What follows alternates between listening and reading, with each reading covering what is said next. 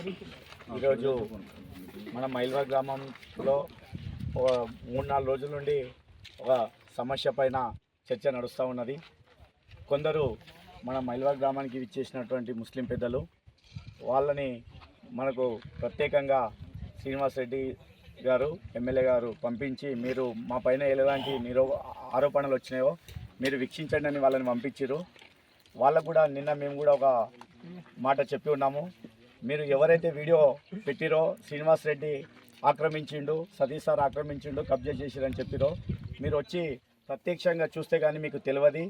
ప్రత్యక్షంగా చూసి మీరు మాట్లాడండి అని మేము చెప్పి ఉంటున్నాం. అదే మాట ప్రకారంగా వాళ్ళు వచ్చిరు ఈరోజు గ్రామానికి వచ్చి వాళ్ళు మొత్తం సందర్శించిన తర్వాత వాళ్ళకు కూడా చాలా చక్కగా అర్థమైంది. వాళ్ళు మేము చెప్పినప్పుడే ఓ 2-3 మాటలు అటు ఇటు తడబడి మేము మాట్లాడినా కూడా వాళ్ళు క్లియర్గా అర్థం చేసుకొని ఇక్కడ ఎవ్వరు ముస్లిం హిందువులు కూడా ఎక్కడ గొడవ లేకుండా అంతా సామరస్యంగా ఉన్నారు. మనస్ఫూర్తిగా వాళ్ళ హద్దులో వాళ్ళే ఉన్నారు, వీళ్ళ హద్దులే వీళ్ళే ఉన్నారు అని వాళ్ళు తెలుసుకున్నారు.